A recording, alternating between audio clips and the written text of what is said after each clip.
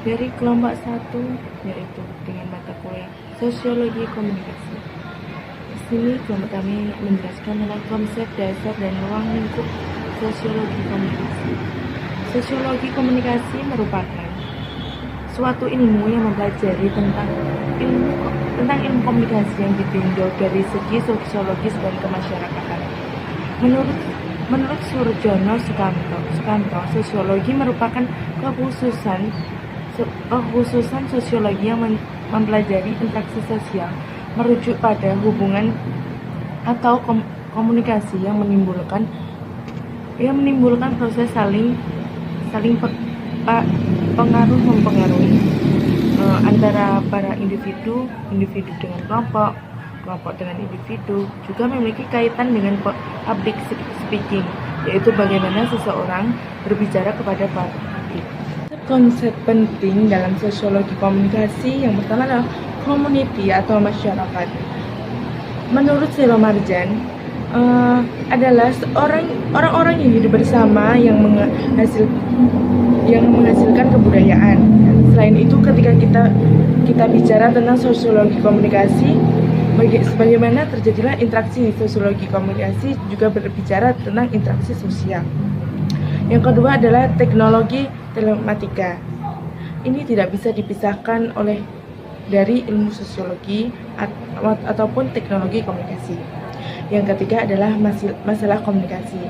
Biasanya terjadi masalah seperti saling berinteraksi, saling adanya cekcok atau perbincangan. Poin penting dalam sosiologi komunikasi adalah sebagaimana manusia sebagai makhluk sosial. Konsep sosiologi bahwa harus dipahami dari para pemikir-pemikir sosiologi yang kemudian mencetuskan sebuah pemikiran seperti Surjono Sukanto. Beliau menjelaskan bahwa sosiologi komunikasi merupakan kekhususan sosiologi dalam mempelajari interaksi sosial, yaitu hubungan atau komunikasi yang menimbulkan proses saling mempengaruhi, mempunyai saling pengaruh satu dengan yang lain. Yang kedua, secara komprehensif, sosiologi komunikasi mempelajari tentang interaksi sosial dengan segala aspek yang sebagaimana interaksi atau komunikasi itu dilakukan dengan menggunakan media. Bagaimana efek media sebagai akibat dari interaksi sampai dengan didorongkan oleh efek media berkembang serta sekuensi sosial. Macam apa yang ditanggung masyarakat sebagai akibat dari perubahan yang didorong oleh media. Untuk materi selanjutnya yaitu tentang ranah, objek kajian, dan kompleksitas dari sosiologi komunikasi. Yang pertama, ranah sosiologi komunikasi itu berada di bawah wilayah individu, kelompok, masyarakat, dan sistem dunia. Ranah sosiologi berbeda dengan objek sosiologi secara umum dan tidak mengambil objek komunikasi secara utuh. Sosiologi komunikasi itu sebagai jembatan antara dua ilmu yang mengambil kajian sosiologi berupa interaksi sosial dan kajian dari komunikasi terkait dengan media dan dampak perkembangan teknologi komunikasi. Untuk yang kedua, studi dari sosiologi komunikasi adalah sifat lintas disiplin dan dapat menerima sumbangan dari ilmu-ilmu lain seperti ilmu hukum, ekonomi, politik, dan sebagainya. Pengembangan sosiologi komunikasi ditentukan oleh perkembangan teknologi komunikasi yang akan mempengaruhi ranah sosial dan budaya dari masyarakat. Untuk yang kedua, objek kajian dari sosiologi komunikasi menempatkan manusia sebagai objek material. Manusia dianggap sebagai makhluk sosial yang tidak bisa hidup sendiri, dan dalam sosiologi komunikasi lebih memfokuskan pada interaksi sosial antara manusia lain dengan manusia lainnya di dalam masyarakat. Untuk objek formalnya, manusia dianggap sebagai suatu proses dan interaksi sosial. Untuk objek selanjutnya yaitu perkembangan dari teknologi komunikasi. Ini sangat memiliki dampak yang sangat besar bagi aspek kehidupan masyarakat. Contohnya seperti perubahan gaya hidup dari masyarakat, perubahan perilaku sosial, dan pola komunikasi dari masyarakat. Sekarang banyak bermunculan proses komunikasi masyarakat melalui dunia maya. Perubahan gaya hidup masyarakat yang bisa kita lihat terjadi di masyarakat perkotaan. Masyarakat perkotaan cenderung lebih bersifat individualis dan perfeksionis. Ini akan membuat semakin kurangnya interaksi sosial antara orang satu dengan orang lainnya di dalam lingkungan sekitarnya. Contohnya seperti minimnya interaksi antara tetangga satu dengan tetangga lainnya, karena mereka memilih melakukan apapun dengan mandiri. Dan kompleksitas sosiologi komunikasi. Sosiologi komunikasi itu bersifat interdisipliner.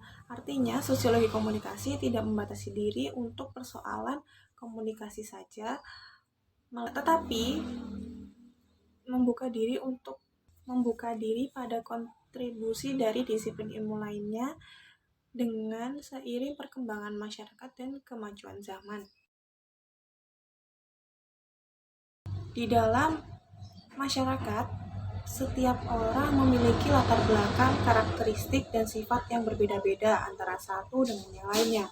Maka di dalam sosiologi komunikasi akan lebih mempelajari atau memahami lebih dalam tentang perbedaan tersebut agar membuat komunikasi antara satu dengan yang lainnya berjalan dengan efektif.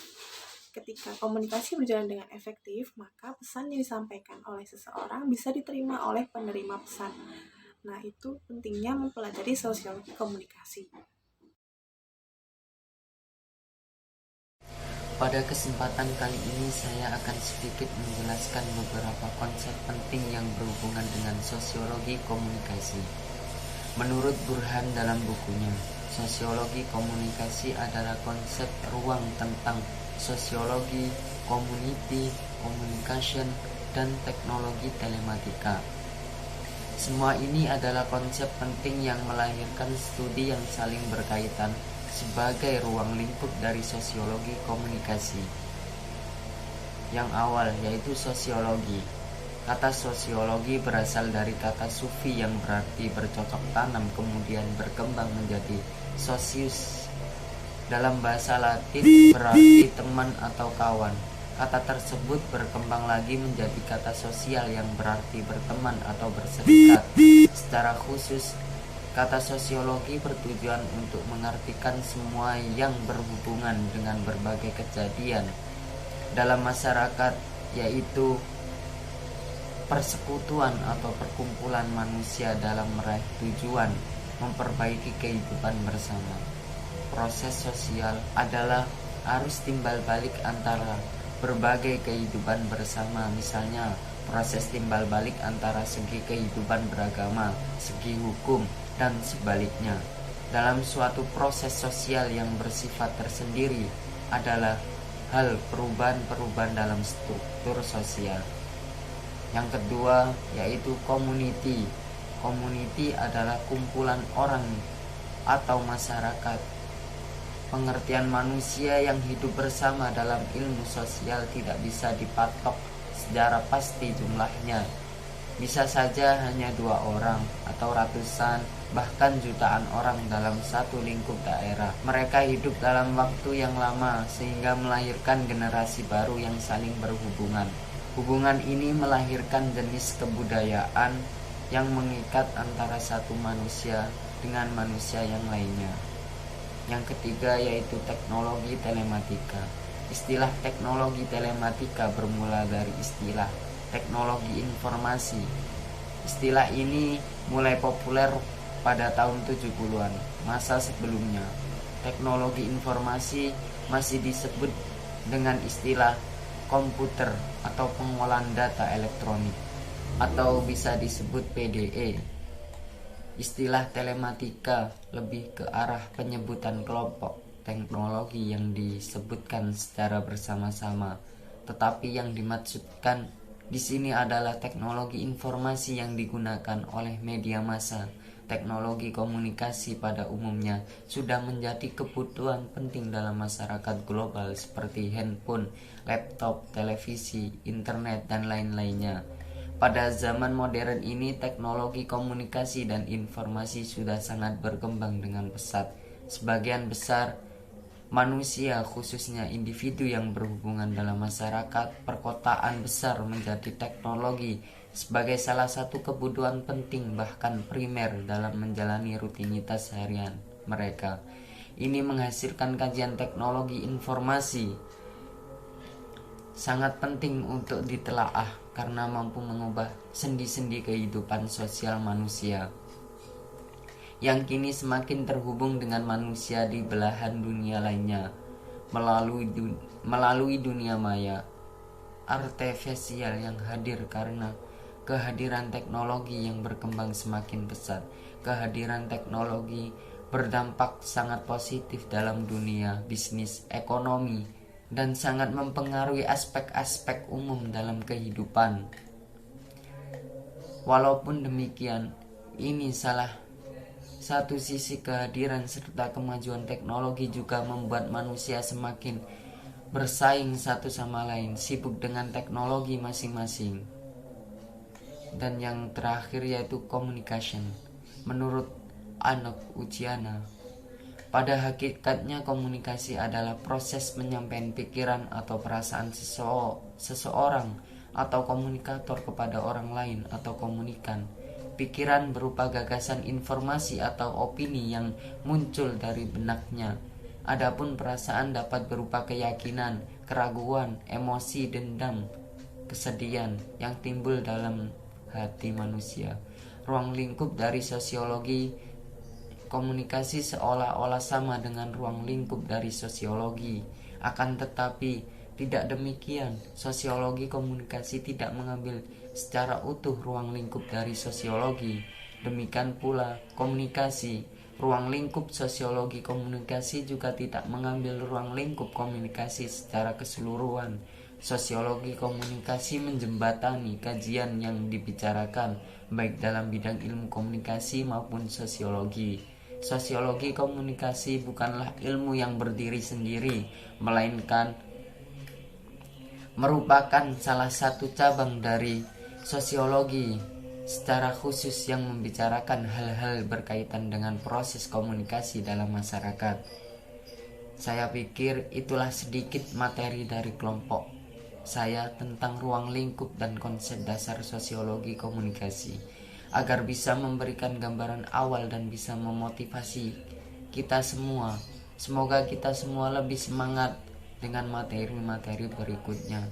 Sekian dari kelompok saya. Wassalamualaikum warahmatullahi wabarakatuh.